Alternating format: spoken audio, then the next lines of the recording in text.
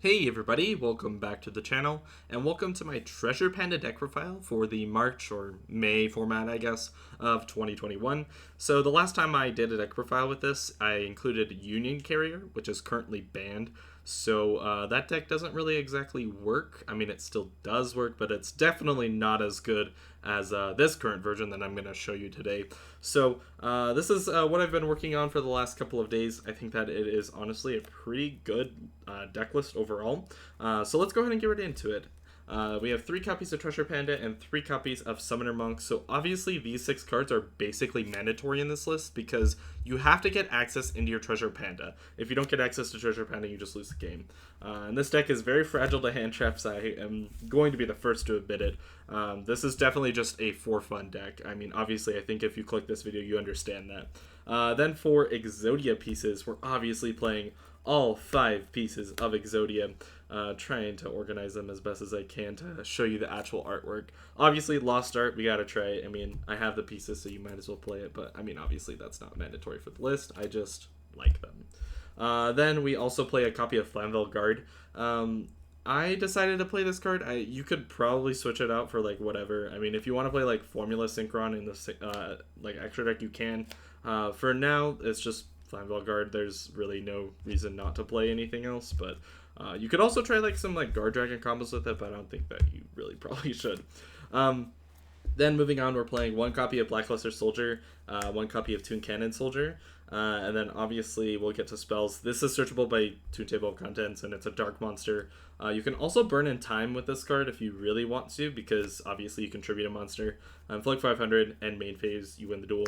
If you're in time, obviously you can do that, so it's pretty nice. He can also tribute himself, which is pretty cool.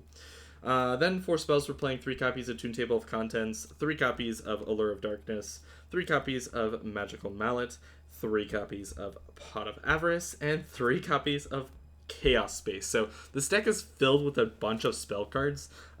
These like 9 cards, and I guess by extension Pot of Avarice, are like consistency spells. Like you basically want to do them to just fuel your Treasure Panda, and they're all non-once per turn, like really nice cards that you can just activate at will, which is really nice. Chaos Space isn't exactly once per turn, but it is really nice to just be able to discard like monsters out of your hand that don't have like a use anymore, like extra Exodia pieces, or like your Cannon Soldier, or like even Summoner Monk. And especially with Summoner Monk, you can even like discard this card. So the once per turn thing isn't like the worst thing ever, but it is kind of like you kind of have to work around it. And obviously the reason we're playing Chaos Space is to search the Blackluster Soldier, because there was no way to search it previously with the Union Carrier, or Union Carrier ban. So those ones are like pretty much mandatory. The rest of the deck is, oh wait, these are also kind of mandatory. Primal Seeds and Dark Factories. You can honestly get away with just playing 1 Dark Factory, but I really like the advantage that this card gives. But it isn't really good as a starter, so that's why I cut it down to 2 copies. Primal Seed, you probably should be playing 3 copies of. Maybe, I don't know. It's not really like. It's kind of hard to figure out like what to cut for this card, but like if this card does get DD crowed, you just lose the duel. So that might be a problem. It also might be like possible to like Cannon Soldier FTK them, even if your Primal Seed gets banished. It's maybe possible. I don't know. I haven't really tested the deck enough to see if like Primal Seed getting banished with DD Crow is like really a problem. Even then, it's not really like. Actually, yeah, if they banish it with DD Crow, it's not actually a problem at all, because you can just Primal Seed it back. So, never mind. That's actually not an issue at all. 1 copy of Upstart Goblin, 1 Reasoning, 1 Monster Reborn, 1 Into the Void, 1 Card Destruction, 1 Instant Fusion, and 1 Try Right. So this card you could definitely play 3 of. The rest of these cards are literally limited, so you can't play more than 1 copy of them. Obviously, you'd be playing like more copies of like Reasoning, Into the Void, Card Destruction, probably Instant Fusion, and Upstart Goblin, like just like instant like draw 1 spells, or just like instant put a card on the field spell cards. Maybe not once Monster Reborn, but obviously those ones I think like you definitely would play more than 1 copy if they weren't limited. Then moving on into the extra deck, we're playing 1 copy of Link Spider, 1 Link Karibo, 1 Imp Duck, 1 Almirage, 1 Akashic Magician, 1 Unicorn, 1 Phoenix, 1 Cerberus, 1 Reproticus, and the bread and butter of the deck, Saryuja Skuldred. So I guess like the idea with these cards is they're all just like, these are obviously the Link ones that like help you like obviously get into better cards. The Link 2 is like just for utility or just like climbing up your Link ladder. If you absolutely need to, you should probably be playing a Link 4 like I don't know, like Appaloosa or maybe like Access Code or Burl Sword. Probably Access Code and Appaloosa, I would assume. I don't have them in this deck right now because I don't think they're like really necessary. This is more just kind of like a budget version of it. So yeah, Saryuja obviously is the bread and butter of this deck though. You just keep running through this card. You keep recycling this card. It's insane.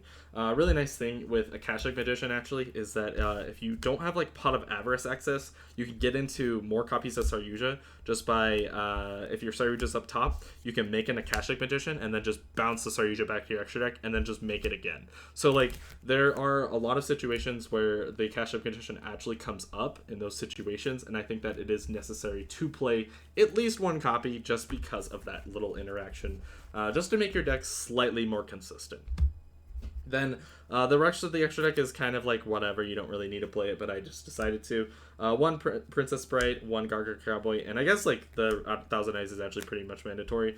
You should also probably be playing Millennium Eyes, I just don't own a copy. Gargar Cowboy is just so that you can cowboy for game in time, because like sometimes these turns can take like probably like 15 minutes to get your Exodia pieces in hand. So it's not worth it to just grind through that for 15 minutes just to Exodia. You can just go Cowboy, burn your opponent for 800, and main phase you win the duel, right? Or at least win the game, and then therefore the match. So that's like the idea. It is kind of like a scummy thing to do, but you're already going to FTK them anyways. You're just burning the clock down, so it's like whatever. Then for the side deck, we're playing 3 copies of Dragged Down by the Grave, 3 copies of My Body as a Shield, 1 copy of Call by the Grave, 1 copy of Red Reboot, and 1 copy of Harpy's Feather Duster. Then we're also playing 3 copies of Twin Twisters. This can also be Lightning Storm because like the only situation you're going to be using this in is going second. So they can also be Cosmics, but I think that Twin Twisters are better because like sometimes you're gonna open like a hand where like there's like 1 card in your hand that's a spell that like you can't activate at the moment. Something like opening like probably opening like 2 copies of Chaos Space and then like a Twin Twister. Obviously you can only activate 1 Chaos Space, so like discarding 1 with the Twin Twister is fine. Same thing with like Pot of Avarice. If like you open it, there's like no other situation where you can like instantly activate your Pot of Avarice like when there's no monsters in the grave. So like Twin Twister discarding it just to fuel your treasure pen is really nice. The last card in the side deck is 3 copies of Dark Ruler No More, since like burn your opponent's negates or just like turn off their entire board and then just treasure panda FTK them. It's pretty cool. So yeah, that's actually going to do it for today's video. So if you guys do want to see the actual FTK in action, leave a like. Let's go ahead and see if we get 5 likes on this video. I will post a video showcasing like the Treasure Panda FTK in action, just like the following day after we get that like goal. So anyways, hope you guys enjoyed, and I will see you guys later. Peace.